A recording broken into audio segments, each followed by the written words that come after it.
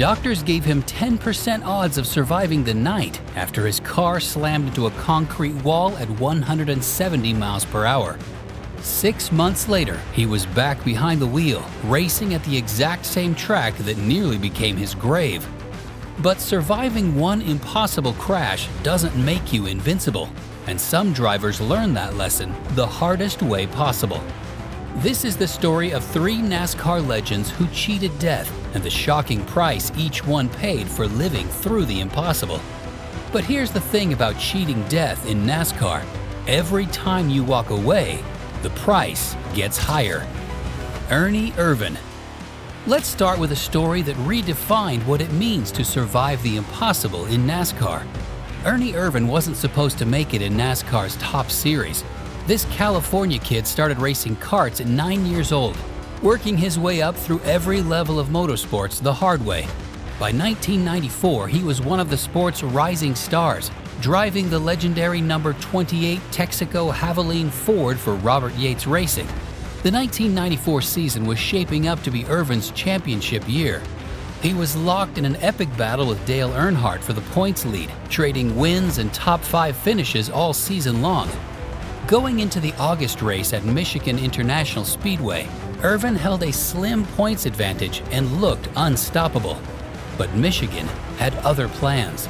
During a Saturday morning practice session, Irvan's crew chief Larry McReynolds noticed something wrong with the car's handling and called for Irvan to bring it in. But Ernie decided to run just one more lap to get a better feel for the problem. That decision changed everything.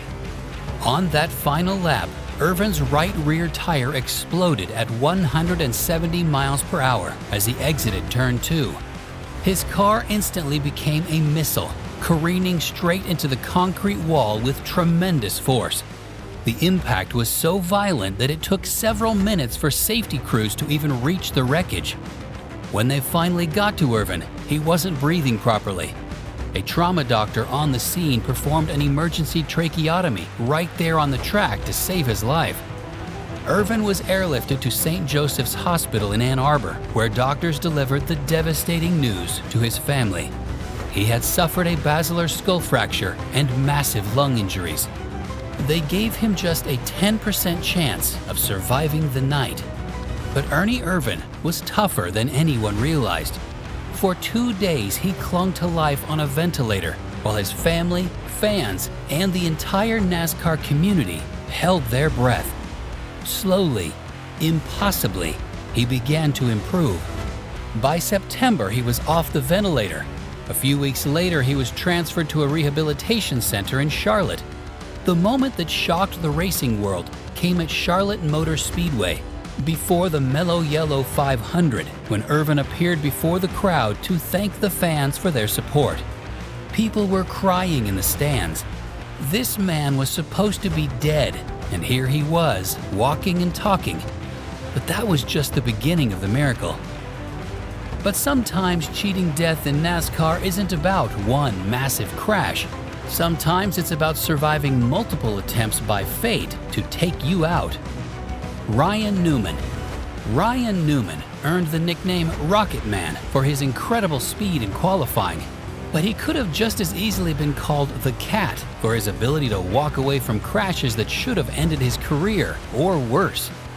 Newman's first major brush with death came in 2003 at the Daytona 500, when contact with Ken Schrader and Bobby Labonte sent his car flipping through the air in one of the most spectacular crashes in Daytona history.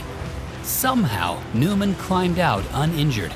Later that same year at the Aaron's 499 at Talladega, Newman's car blew a tire while running mid-pack and nearly turned on its side in turn 1, triggering a massive 27-car accident. Again, Newman walked away. At Watkins Glen that same season, he spun and hit the foam blocks, sending his car sliding on its side. Still, no injuries. By 2009, when Newman joined Stewart-Haas Racing, it seemed like he'd used up all his close calls. But fate wasn't done with him yet. At Talladega in November 2009, Newman was involved in a crash so violent that it redefined what was possible to survive in a NASCAR race car. His car flipped over on top of Kevin Harvick's car and landed upside down with the roof completely crushed. Safety crews had to use the jaws of life to cut the roof off before they could even flip the car back over. Newman climbed out and walked to the ambulance under his own power.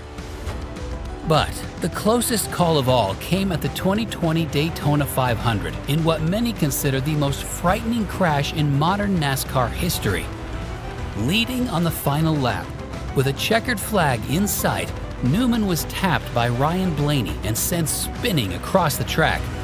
His car hit the outside wall and began flipping, just as Corey LaJoie, traveling at nearly 200 miles per hour, slammed directly into the driver's side of Newman's car while it was upside down. The impact was so violent that it created a giant crack in Newman's helmet. His car burst into flames and slid upside down across the finish line in a shower of sparks, coming to rest hundreds of yards from the impact site. For nearly 15 minutes, safety crews worked frantically to extract Newman from the wreckage. When they finally got him out, he was unconscious and unresponsive. The racing world held its breath for 2 days as Newman fought for his life in a Florida hospital. When he was finally released, it was nothing short of miraculous. Newman had suffered a traumatic brain injury, but no broken bones. He was back racing just 3 months later, proving once again that you can't keep the Rocket Man down. But our final story proves that sometimes, no matter how many times you cheat death on the racetrack, fate finds another way to collect its debt. Davey Allison. Davey Allison was NASCAR royalty. Son of legendary driver Bobby Allison and member of the famous Alabama gang, Davey had racing in his blood and talent that couldn't be taught. When he burst onto the NASCAR scene in 1987, winning 2 races as a rookie, everyone knew they were witnessing the emergence of a future champion. By 1992, Davey was living up to that promise. But that season also showed just how dangerous NASCAR could be, even for its most talented drivers. At the Winston All-Star race at Charlotte, Davey was leading on the final lap when Kyle Petty got under Dale Earnhardt's car, causing Earnhardt to spin. Davey took advantage and grabbed the lead, but as he crossed the finish line to win the race, Petty's car slammed into the driver's side of Davey's car, sending him hard into the outside wall. Davey was knocked unconscious and airlifted to a Charlotte hospital with a concussion and a bruised lung. But incredibly, he was back racing just 1 week later. Later that season at Pocono, Davey suffered an even more terrifying crash. Running second in the point standings and charging through the field, his car went airborne after contact with Darrell Waltrip and began a series of violent flips before landing on top of an infield guardrail. This time, Davey suffered a severe concussion, along with a broken arm, wrist, and collarbone. But Davey refused to give up. With his arm in a cast and his face bruised beyond recognition, he showed up at Talladega the following week, telling reporters who asked to see his injured eyes, "You can see it, but it's ugly."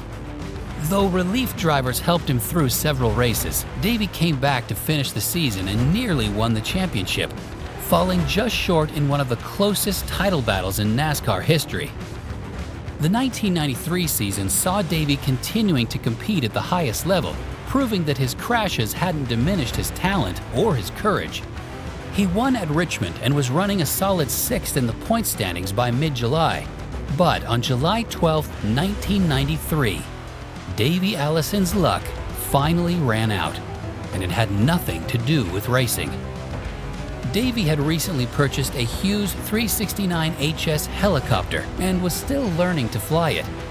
That day, he planned to fly to Talladega Superspeedway to watch family friend Neil Bonnet and his son David test a car.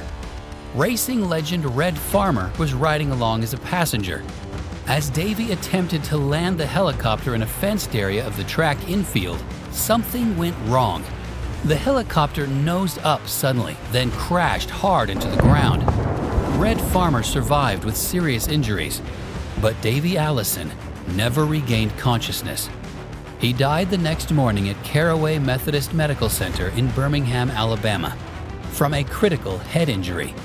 The racing world was devastated. Here was a driver who had survived multiple horrific crashes on the racetrack, who had proven time and again that he could walk away from accidents that would have killed most people, only to lose his life in a helicopter accident at the age of 32. Which of these survival stories impressed you the most? Let us know in the comments below. And don't forget to like and subscribe to Track Reactions, your source for all the stories on and off the track.